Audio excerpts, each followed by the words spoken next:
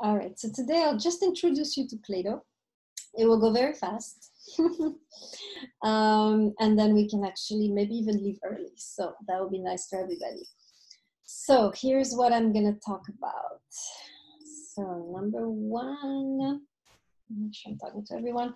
I'm going to look at his biography and philosophy. So Plato's biography and philosophy. And then number two, we'll look at the symposium. And I'll say a few things about the text itself. Okay, so Plato was born in 428 BC, and he died in 348 BC in Athens. Okay, so he's actually one of the he founded the first institution of higher learning in Greece. So he kind of founded the first university, the Academy of Athens. He was a student of Socrates, whom he mentions a lot, but Socrates never wrote anything, right? Socrates was kind of an itinerant. He was kind of walking the streets of Athens, just striking up conversations and making people uncomfortable, as we're going to see in this text. That was Socrates, right? Never really taught anything substantial, just mostly questions, right? So he was a student of Socrates, and he became the teacher of Aristotle. So now you have the three in the right order. Okay, so just a few words about Plato as a person. We don't have much, obviously. We don't have pictures or nothing, but we do have a legend about Plato, which I'm going to ask you to help me interpret. So it's a kind of enigma. So the legend goes like this. When Plato was a baby, his mother used to put him out in a cradle under a tree so he could kind of rest in nature. And one day, and then she would go about her work, right? Keeping an eye occasionally on him. One day she noticed a bee come, right? There was a bee, and the bee sat on his lips for several hours, wouldn't move, right? Each time she would look back, the bee was still there.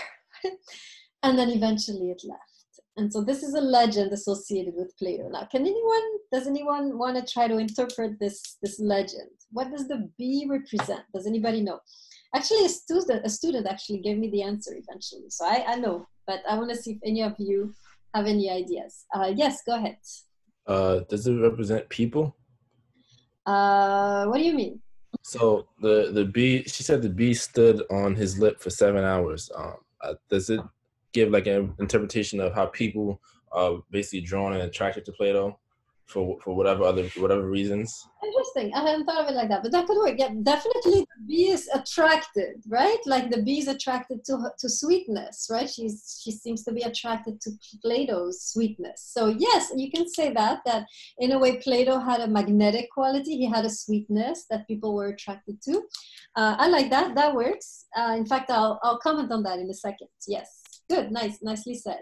Any other interpretations? Anybody know what the bee represented in the ancient world? What kind of animal it was? Where it was capable of going? No? All right. So a student actually did the research and they came back with really interesting interpretation. The bee actually was well known to be an animal which could go into the realm of the gods, right? There was, in the ancient world, there's the human realm and there's the realm of the gods. And the bee was known to be able to travel between the two realms, right? So when the bee is resting on Plato's lips, it's as though it's depositing, right, knowledge from the realm of the gods into Plato's lips, right? So that's a really good interpretation, very plausible interpretation of that legend. So I credit one of my students for having found that. So you can write this down, right? The bee represents the knowledge of the gods that was being transmitted for these hours to Plato.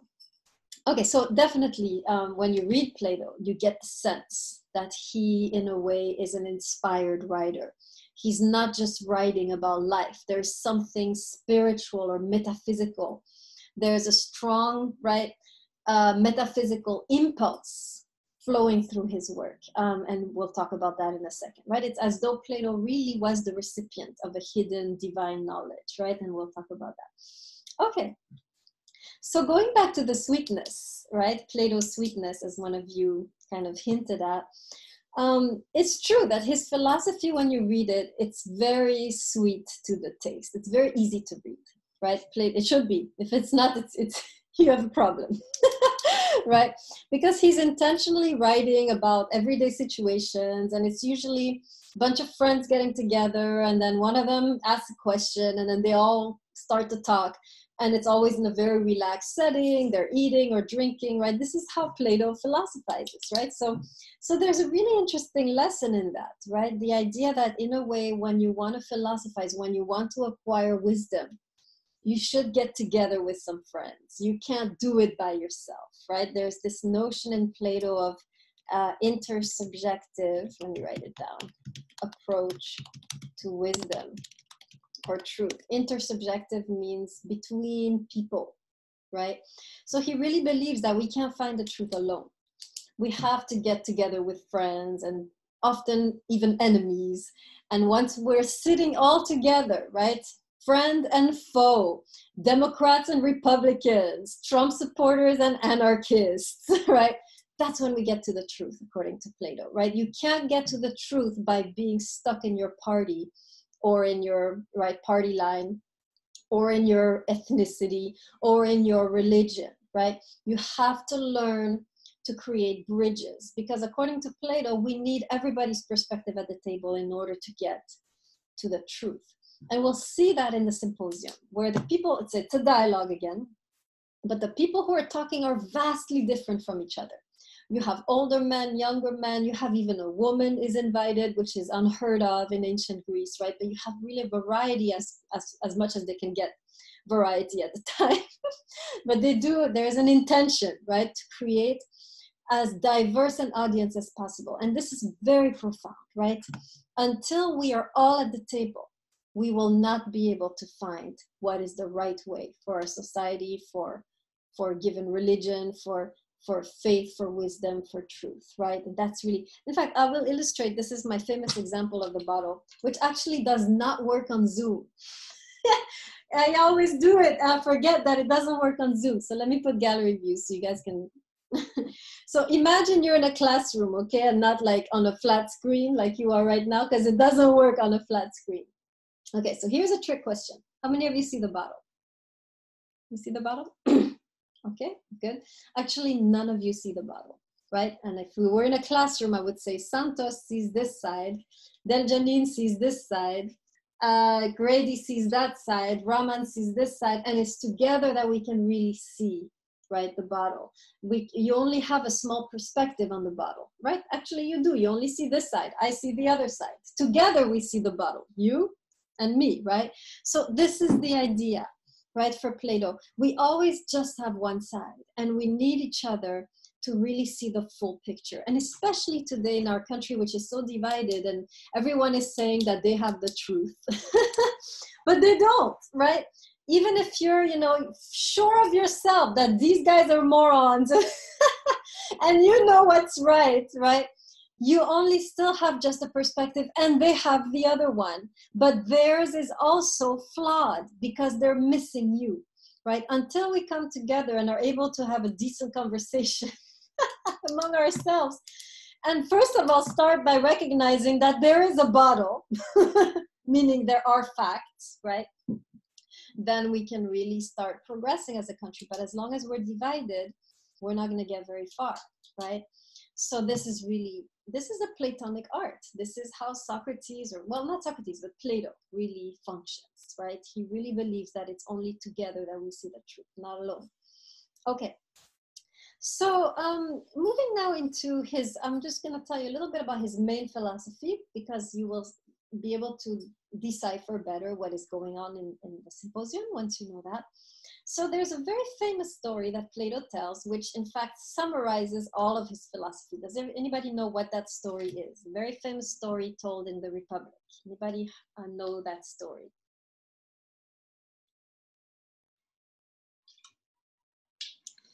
Okay.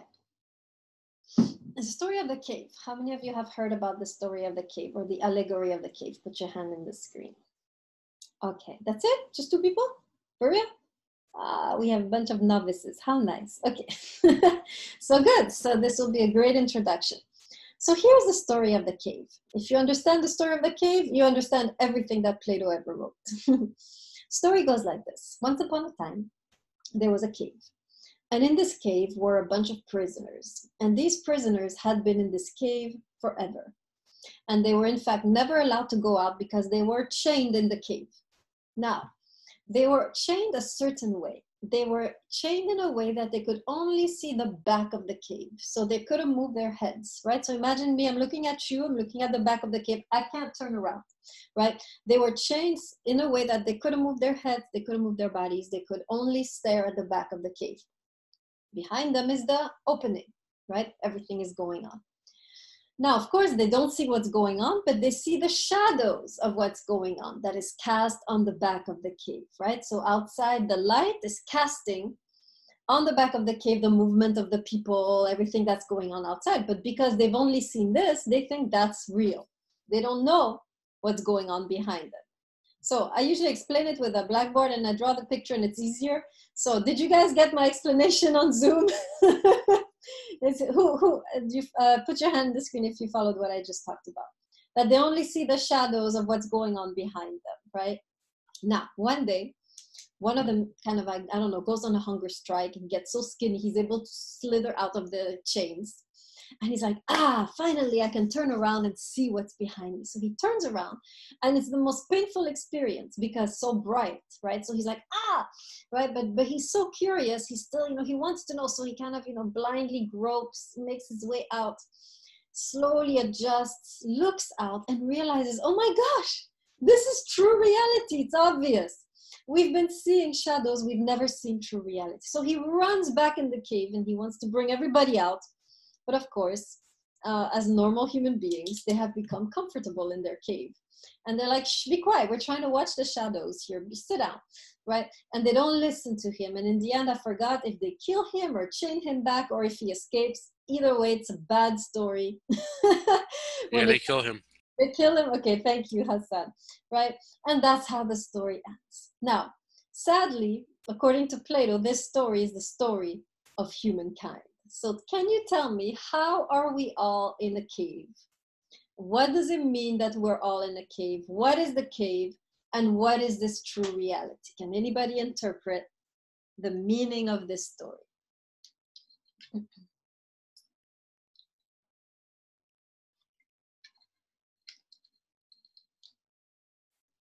Now, you guys are the class that don't talk much. You're going to have to change that. Because we're not going to sit here through long silences. So if you know the answer, you tell me so we can move forward. Thank you, Loventhal. Go ahead. We all have things in our own lives that we can't see, and we're chained by something that keeps our perspective locked like one direction. And there's always things behind us or around us that we just can't see. Okay, very on good. Our own, maybe, but yeah. Did you finish? Yeah, I mean, like with what you said also, like on our own, we might not be able to see them, but if we reach out for help, we could see them or hear from someone else. Very nice, right? We have a blind spots, right? We can only see so much, and there's so much more that we could see if we were able to free ourselves. It's not quite what Plato meant by the story, but it works perfectly. Very good, very good. Can I try? Yes, go ahead, Hassan. So Plato's teacher was Socrates, and I think the allegory was for this knowledge itself or understanding, because his mentor Socrates was killed because of by the other Athenians, because he always kept questioning everyone and trying to bring people out of ignorance. And the fact that from what I remember, the guy dies when he tries to bring them out of it. So I think the shadows and the cave itself and the chains, that's ignorance. That's what Plato was trying to show, and that reality itself and knowledge is just around the corner if you turn your head. But people get so comfortable within their own ignorance and their own understanding of things, they're not open to new ideas. And just like how they killed the guy in the allegory of the cave because they were so comfortable and he was bothering their peace, the citizens of Athens also killed Socrates because he was bothering their peace. They were happy with their ignorance. Yeah, very good. Same, a variation on what Loventhal said, right? Very good. Excellent. So yes, so this certainly you can put it like that. Plato meant something slightly different, which I'm going to explain right now, but very similar, obviously. For Plato, there are two dimensions, right? So you need to know this to really understand Plato. There's the material dimension and the ideal dimension, right? And so the material realm is everything that we see, feel, touch, hear, taste, everything that's visible, everything that's concrete, everything that's palpable. And most of us live as if that's it. That's all there is, right? And it's true. When you think about it, most of our concerns are concerns about the material realm.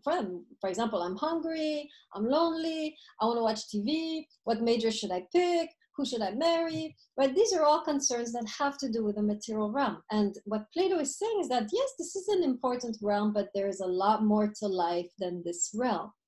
And for him, the other realm, the true realm, is the realm of the ideal. So let me explain what that is. This realm appears at certain moments in your life when you start to think beyond your own material needs. For example, you're sitting, you're eating a snack, you're watching TV, and you come across a protest on TV for justice and equality. And you're like, yeah, there should be more justice in the world, right? Now, when you're thinking about justice, are you thinking about the material realm? What are you thinking about? I'm going to persist in asking questions to this class till you guys get it. So, when you're thinking about justice, are you thinking about the material realm? Santos, go ahead.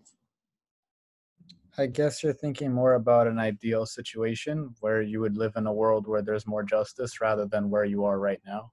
Exactly, right? As soon as you start to talk about justice, you're thinking according to another dimension. You're now tapping into the ideal realm, right?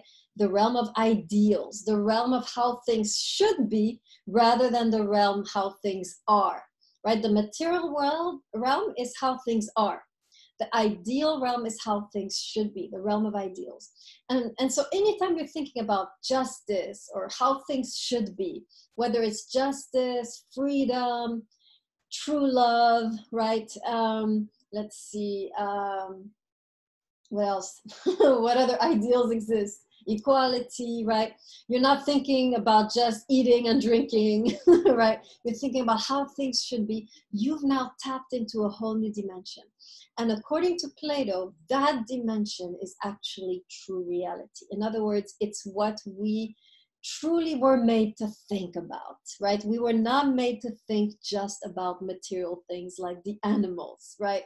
We were also made to think about how things should be, the ideals, the ideal of justice, ideal of love, ideal of beauty, ideal of freedom, right? And at that moment, we are popping out of the cave, right? We are slowly we're having moments, right, where we're right emerging out of the cave, only to go back because you're hungry and you're tired and you want to watch TV, right? Am I clear on those two realms? Put your hand in the screen if you saw what I'm talking about. Okay, so that's in essence, if you understand this, you really understand, right? So let me add, so material dimension and the ideal dimension, how things are versus how things ought to be or should be, right? And so that's really, according to Plato, our true destiny as human beings is to rise out of the cave more and more and concern ourselves more and more with these ideals and less about, you know, what TV show and who said what on social media and so forth, right? We should be continuously rising out of the material realm into this ideal realm, becoming more and more in touch with these ideals, right? So that's in essence the story of the cave, right? Now, how it translates to love, which is our topic, right? We'll see that in Plato and in general Greek thought, right? Love is an ideal that we have to rise, that we have to meet, right? In other words, there's an ideal way to love, and we have to kind of, with that in mind, apply that in our relationships, right? So for example, Plato would agree that, right, we have to first know what love is before we can actually give it, right? We have to have a sense of what respect is before we can really experience it or give it or offer it in a relationship, right? So it starts from the concept, and then you apply the concept into your relationships. So you have a higher love and a lower love, according to Plato. The higher love is the love that is constantly thinking of how the best way to love, right? And the lower love is just material, lust, wants things for yourself now, immediate gratification, and so forth. Okay, so let me write this down, that just like there are two realms, right? There are two ways to love, right? There's a higher love and a lower love, right? The higher love is concerned with the ideals. Oh, great, I've been writing to, hold on. I've been writing to David. Okay, let me write this again. Higher love is concerned with the ideals, how we ought to love. And the lower love is concerned with my own needs, what I want. Okay, that's in essence really how you can see the two realms at work when it comes to love.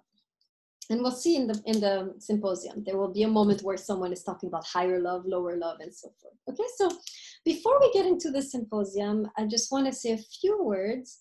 We're leaving now behind the Hebrew concept of love from the Song of Songs, and we're moving towards the Platonic, the Greek view. And I just want to make a little bit of a contrast. I want to go through a few contrasts between the way the Hebrews experience love and the way the Greeks experience love. So based on what I've been telling you so far, can you see already some difference between the way that the Greeks view love and the way that the Hebrews view love in the Song of Songs? So remember, for the Greeks, let me summarize the Greek, and then you can tell me how it differs from the Hebrew, right? The Greek view is you have to get to know the ideal way. Once you have a clear view how to love, you know, you have the knowledge, you've read the books, you've learned with the masters, you know what love is. Now you apply that concept in life, and you kind of, you know, live your ideal like that, right? And also this idea in Greek thought that the higher love is ideal, and that when it comes to the material realm, there's only a lower type of love, which is lust and greedy and just thinking of yourself, right? The two kinds of love. Now, so let me write this down. So the Greek view, and then you will tell me how it differs from the Hebrew view that you already know. So first of all, the Greek view is ideal-centered, right? It's abstract. You focus on how we should love, the knowledge, right? So wisdom is found in knowledge, right? You have to learn. And then number two, the material realm is corrupt. We have to rise above it. So material love is selfish, right? Or material or physical love, right? If you're in the level of the physical love, is selfish or greedy or lustful, right? Those are the two main things. And yes, you have to rise above the physical realm, material realm, to get to the ideal. Okay. Do we all, first of all, understand these 3 points in the Greek way of loving? Can you put your hand in the screen if you see everything I'm saying, right? Who has a question about the Greek view? Okay, so it's, right, you have to know, it's in knowledge first, and then you apply it. They have a distrust of the physical realm. So anything that's physical, like sexuality or your body, is going to be low, right? And then finally, you have to, if you really want to be a good lover, you have to really learn the highest form of love is spiritual love, right? Okay, now compare this to the Song of Songs that we just studied. Can anyone tell me what are some of the differences?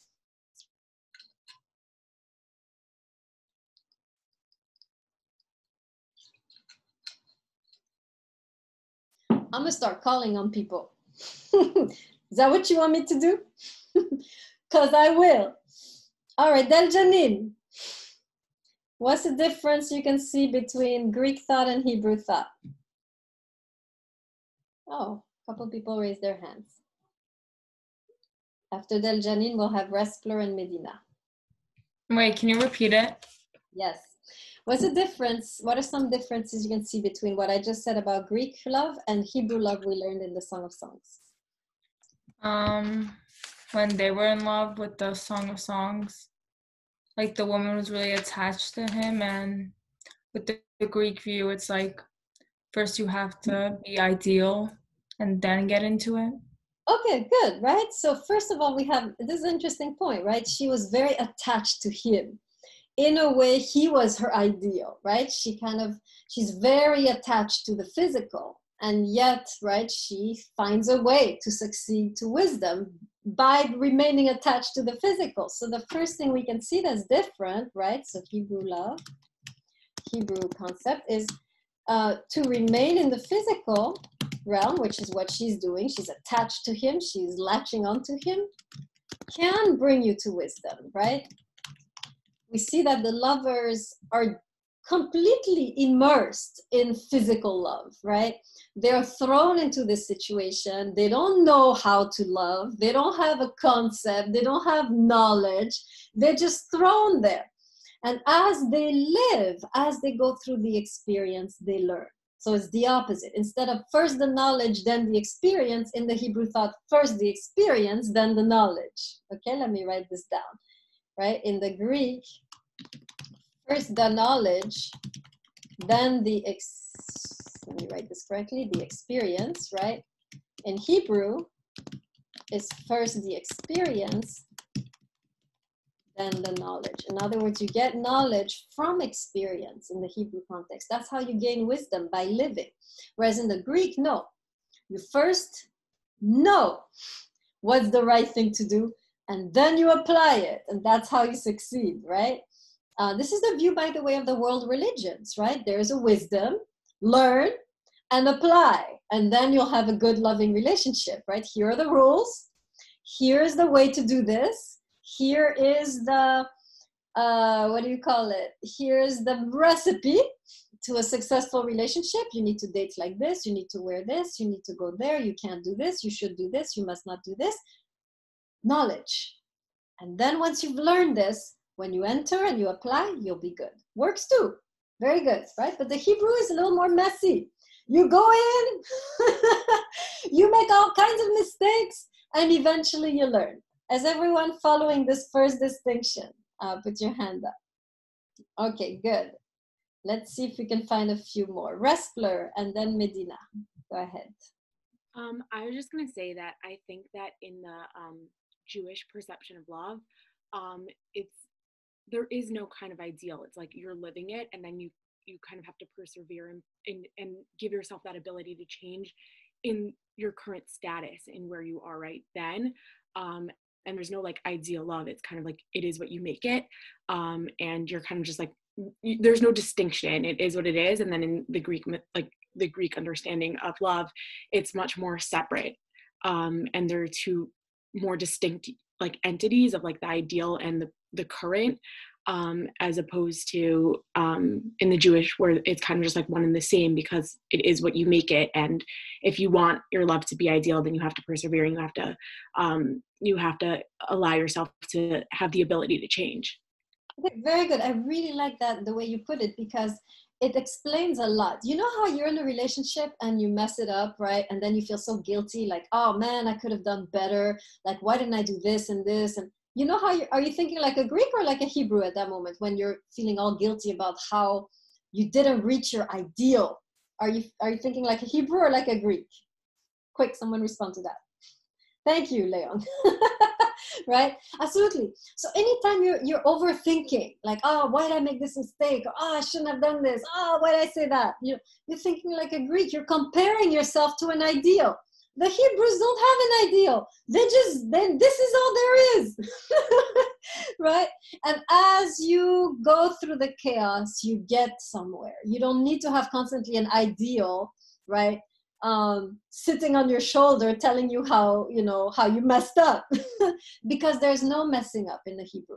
Life is messy. It's acknowledged that life is messy and that we are journeying. right? So it's okay to fall short of what? You know? It is as it is, like she was saying, like Respler was saying. Very good. Let's see, there was one more I wanted to say something, which, oh, they disappeared. Was it Medina? Yeah, it was me, but I put my hand down because like what I was gonna say was kind of already covered. I was gonna talk about like how physical it is described. Like in the Hebrew, we saw like they're constantly talking about their desires for one another and how they have like this physical lust for one another. While in the Greek, it doesn't, like, clearly that is looked down upon. Excellent. Very good. Let me add that. Right? The Greek, they look down on the physical. So it hasn't been said yet, Medina. You did good. And the Hebrew, on the contrary, they celebrate, right, the physical aspect. And because for them, the physical is the path to the spiritual. For the Greek, you have to leave behind the physical to be truly spiritual. That's why you have in Greek spirituality, you have this kind of monastic ideal to live away from the world. This is coming from the Greeks, right? This idea that we not separate from the world, be on our own, then we'll be pure, right? So the Greek, this Greek form of spirituality, which is ascetic, right? I rise above, I separate, which eventually, by the way, Christianity took over, and also variations of Islam, right? The Hebrew is like, no, the spiritual is found in the physical. As I am loving you and engaging with you physically, I am reaching the spiritual, right? I'm reaching the wisdom and beauty and grace as I am living with you, right? So excellent. So Li Young, let's see. Hebrew love looks like experience as a stepping stone to finding a deeper form of love, while the Greek focuses more on playing on the safer side. Yes, the Greeks are a bit more prudent, right? Maybe we can add that. I'm gonna add that. So the Greeks, and we'll see that actually, more prudent, more cautious. The Hebrews are more like, let's just jump in, right? Take more risks, right? Not afraid of mistakes. Okay, good. Great, you guys are doing good. See, you need to talk. You have very interesting insights. Anything else to add to the difference between the two? I think we've covered it, but in case anyone else has something to say. Okay, so let me summarize what you need to write down, right? First of all, you don't need to write everything down. First of all, you write that the Greek, hold on, let me get to, where was I? I'm looking at I'm trying to find in the chat where okay, yes. So for the Hebrew, you first experience and then you get knowledge, right? So you get knowledge through experience. In the Greek, you first know and then you apply. Two different paths, which also both lead to true love, right? Second thing, the Greeks look down on the physical. For them, the spiritual is separate from the physical. You have to rise above the physical to reach the spiritual. This is why the Greeks, their religion is often you separate from the world, you become an ascetic, you become a monk, right? Christianity follows in that line of thought. And in the Hebrew, no, you find the spiritual in the relationship, in the physical. As you are engaging with the physical, with life, with existence, you connect to the deeper levels of transcendence, right? And finally, this was Li Young, the Greeks are more cautious, the Hebrews are more risk takers, right? So make sure you've written these three main points for the difference between the two. Okay, any questions on anything we said so far? All right, good. So let's get into talk a little bit about the symposium and then we'll call it a day. So the symposium is a very bad translation. It should be called the party. That's really the real Greek word, the banquet or the party. And it's really what it is. It's a party. It's a bunch of people got together. And at one point, they're drinking, doing whatever. At one point, one of them says, let's do a competition. Let's do a contest. Who will have the best speech or discourse on love? And then we will crown them the winner and they will bring home a bottle of wine or whatever. So they said, okay, let's do it. Let's stop drinking. Everybody stop. Let's just, whoever wants to speak up, you speak up. And that's how the symposium comes about. Everyone takes turns. Bunch of different people, including, we'll see a woman, take turns in speaking about what they think love is, right?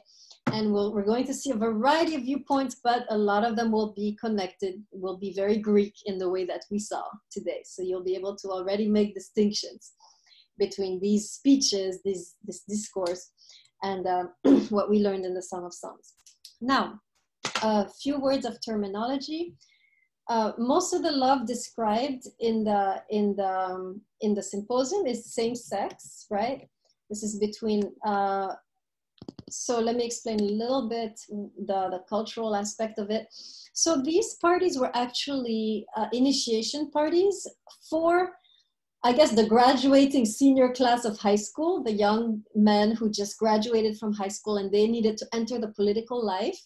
So they would have these parties. So these young men would connect to older men who were already established politicians, and they would, in a way, be in a kind of mentorship relationship. And then the older man would initiate the younger man to the political life, and in return, the younger man would offer some sexual favors. So that was the cultural aspect of it, right? So, so most of the relationships they'll be talking about will be this kind of relationship between a younger man and an older man. So in terms of terminology, when you have the word boyfriend, that's the younger man that's referred to. And when you have the word lover, that's the older man, right? So it's a kind of shocking, right, aspect of Greek culture in the way that, in a way, these young men were recruited, right, in this way. And by the way, even Plato is not completely aligned with it, since we have in the story Socrates, who actually doesn't play into this kind of bargain, right? We have if you read the symposium, you'll see that Socrates, there's one of these younger men who's trying to, connect with him and flirt with him and seduce him. And Socrates at one point gets impatient and he's like, what are you trying to do? Do you think that your, what metal is he using? Your bronze can be exchanged for my gold?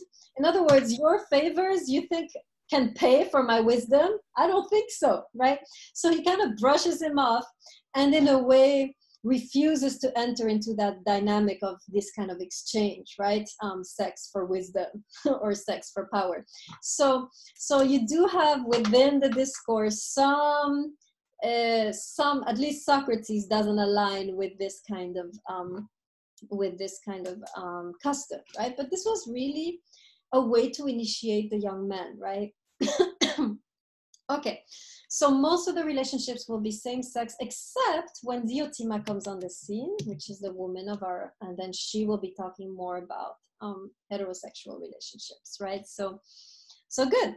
So we'll see what we can learn from these guys, right? It's very remote from our culture, right? So we should be, it's not going to be easy to be able to gather some wisdom, but we can, right? Remember, one of the challenges of this class is that we are going to try to learn from everybody, right? And so it's always possible, right, to get something, even if the culture is very remote, even if, morally we feel uncomfortable, we can still learn, right? So we will still be able to learn from some of these discourses in the days to come. Okay, good. Any questions on anything I said so far? Okay, great. All right, so guess what? We are done. So I'm gonna turn off the recording.